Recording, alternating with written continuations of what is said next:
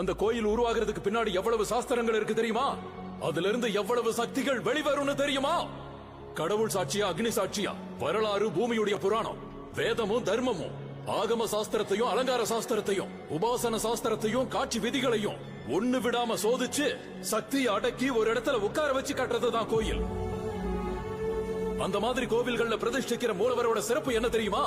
எல்லா பிறப்பும் உடன்பிறப்புங்கிறத போதிக்கிறதுக்கு சாட்சாத் அந்த கலியுக தெய்வம் வெங்கடேச பெருமாள், தர்ம தத்துவத்தை போதிக்கிறதுக்கு ஸ்ரீராமர், வாழ்க்கை தத்துவத்தை போதிக்கிறதுக்கு ஸ்ரீகிருஷ்ணர், ஆத்ம தத்துவத்தை போதிக்கிறதுக்கு அந்த பரமசிவன், தைரியத்தை வழங்குறதுக்கு ஆஞ்சநேயர், காரிய துணைக்கு விநாயகர், செல்வத்துக்கு லட்சுமி, அறிவுக்கு சரஸ்வதி, சகல தேவதைகளோட சக்தி சொரூபத்தை கொடுக்கிறதுக்கு சாட்சாத் அந்த அம்மனே இருக்காங்க.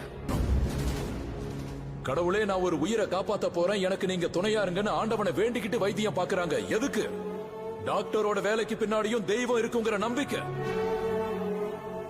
நீங்க சொல்ற விஞ்ஞானத்தை நம்புற சயின்டிஸ்ட் கூட ஸ்ரீஹரிகோட்டால பயன்படுத்துற ராக்கெட்டோட டாக்குமெண்ட்ஸ கடவுளுக்கு முன்னாடி தான் வச்சு கும்பிடுவாங்க. எதுக்கு? தெய்வம் அவங்களுக்கு துணையா இருந்து அவங்க லட்சியத்தை காப்பாத்துங்கிற நம்பிக்கை.